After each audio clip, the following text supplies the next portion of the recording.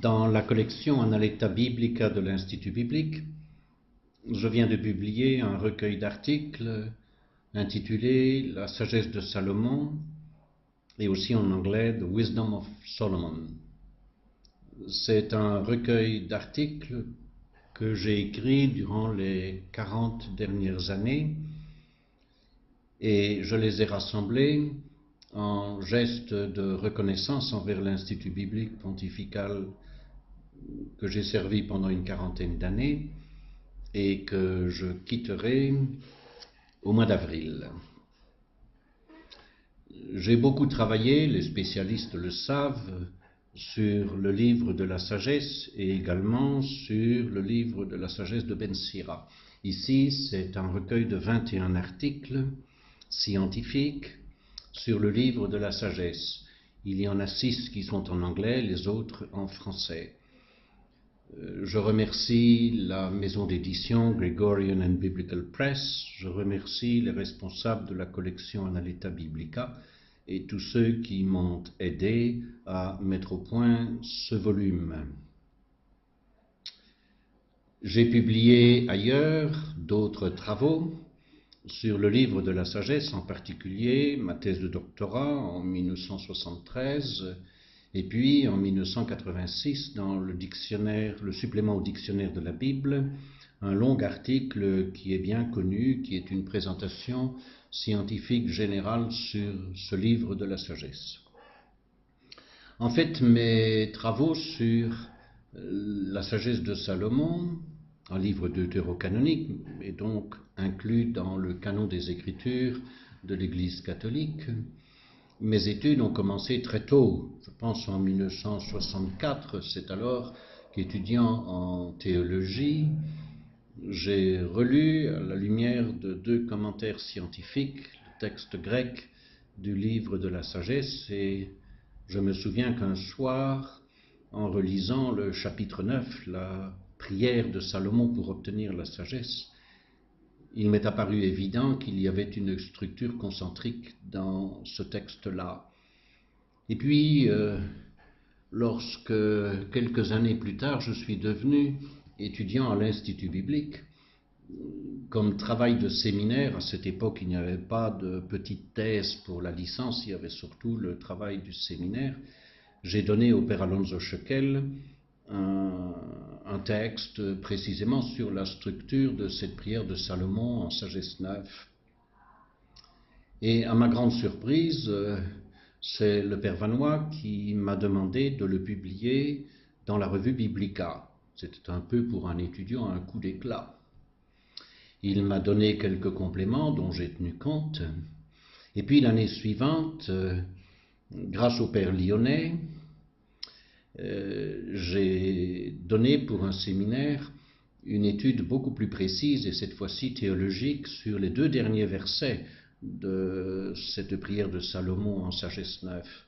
Et ce texte-là a également été publié l'année suivante à Louvain dans la Nouvelle Revue théologique. C'est-à-dire que j'ai commencé très tôt et c'est probablement ces 2 articles-là qui ont fait en sorte que j'ai été appelé comme professeur à l'Institut biblique. Et puis depuis lors, j'ai continué à travailler sur le livre de la sagesse, principalement lors de congrès où assez régulièrement j'étais invité par l'association des exégètes français, par les journées bibliques de Louvain, par un groupe qui s'est formé dans les 10-15 dernières années et qui travaille principalement sur les livres deutérocanoniques, si bien que ma production sur le livre de la sagesse a été assez large au point de vue géographique et également dans le temps. Je n'ai jamais arrêté de travailler l'exégèse de la Bible, même durant les années durant lesquelles je n'étais pas à Rome, mais j'étais recteur d'une université en Belgique. Et donc voilà le résultat, un résultat qui se différencie assez fort d'une première collection d'articles sur le livre de la sagesse que j'avais publié en italien ici à Rome, à l'apostolat de la prière, où j'avais rassemblé en italien une grosse part de cette production, mais en ajoutant également d'autres articles qui n'étaient pas scientifiques, qui étaient davantage pour la Lectio Divina, et je les ai laissés tomber dans ce recueil qui est essentiellement d'ordre scientifique, c'est-à-dire qu'il faut une certaine compétence pour les lire. Ce que je retiens principalement du livre de la sagesse, c'est son unité. C'est un des points sur lesquels j'ai travaillé, en m'appuyant en particulier sur un cours qui a été donné ici en 1964 par le père Paul Beauchamp, qui ensuite a été professeur chez les Jésuites à Lyon, puis à Paris au Centre Sèvres, un cours qui n'a jamais été publié, mais qui est à la source de beaucoup d'autres travaux.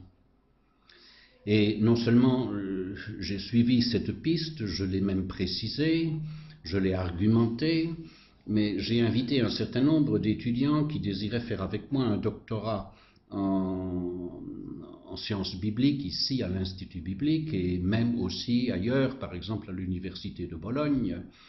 J'ai donné à ces étudiants la possibilité d'étudier un certain nombre de passages les uns après les autres, si bien qu'on en est arrivé aujourd'hui à avoir une production sur le livre de la sagesse venant de Rome principalement, de l'Institut biblique, qui couvre à peu près l'ensemble du livre. Alors je pourrais mentionner par exemple un travail du jésuite Paolo Bizzetti sur la structure littéraire et le genre littéraire du livre, où de nouveau il étudie les positions de Paul Beauchamp.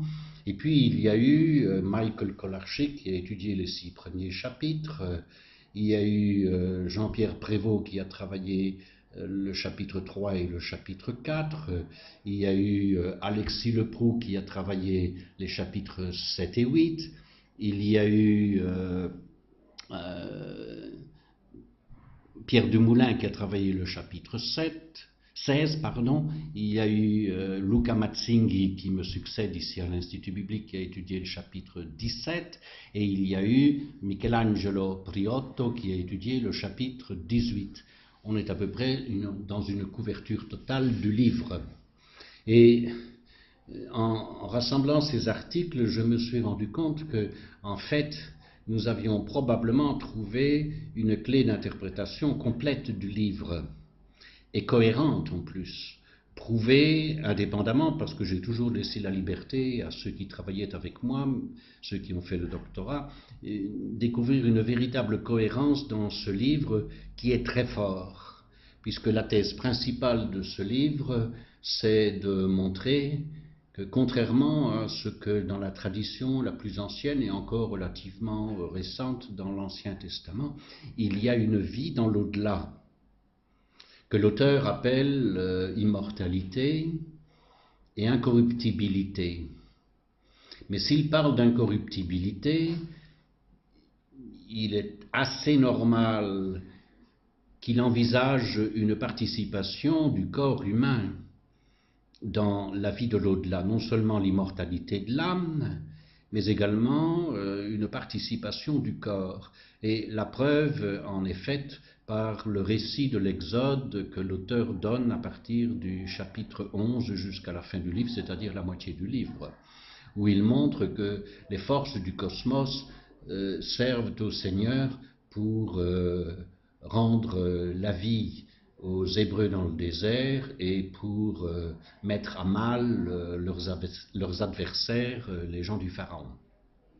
Si bien que nous avons affaire à quelque chose qui est cohérent et que j'essaye d'expliquer de différentes façons. Il y a tout d'abord une première partie qui traite des problèmes généraux, c'est-à-dire précisément la structure littéraire, l'influence de l'hellénisme, l'influence des textes bibliques sur le livre de la sagesse. Et puis la plus grosse partie du livre est une suite d'articles, plus d'une dizaine, qui sont proprement l'exégèse d'un certain nombre de passages, depuis le chapitre 2 jusqu'au chapitre 18. Et je pense là avoir couvert à peu près l'ensemble des textes les plus importants qui sont souvent cités d'ailleurs dans les ouvrages ou dans les études. Et puis une troisième partie étudie, elle, des thèmes. La connaissance de Dieu, ce que l'on savait à l'époque du livre de la sagesse et dans le livre de la sagesse sur l'origine de l'enfant et du fœtus jusqu'à l'enfantement. Et puis encore deux autres thèmes, dont un qui m'est cher, et c'est celui de la théologie des origines, puisque dans la première partie du livre, l'auteur s'en réfère au récit de la création des premiers chapitres de la Genèse. Dans la partie centrale du livre, il traite de Salomon qui est aux origines de la sagesse en Israël. Et dans la dernière partie du livre, en parlant de l'Exode, il parle de ce qui est à l'origine d'Israël. Et il y a une cohérence thématique, intellectuelle et théologique en ces trois parties. Et puis une dernière partie qui est courte, celle-là, c'est une comparaison entre les trois premiers chapitres de la Genèse et le livre de la sagesse, où l'on voit bien que ce qui intéresse l'auteur, c'est essentiellement la cohérence du Seigneur dans son action et en même temps sa miséricorde, sa tendresse pour son peuple et en même temps son désir de conduire à la foi juifs, bien entendu, à la fois ceux qui sont récalcitrants devant son œuvre. Voilà à peu près la composition du livre. Et de nouveau, je tiens à remercier tous ceux et celles qui m'ont aidé à le rassembler et à le publier. Merci.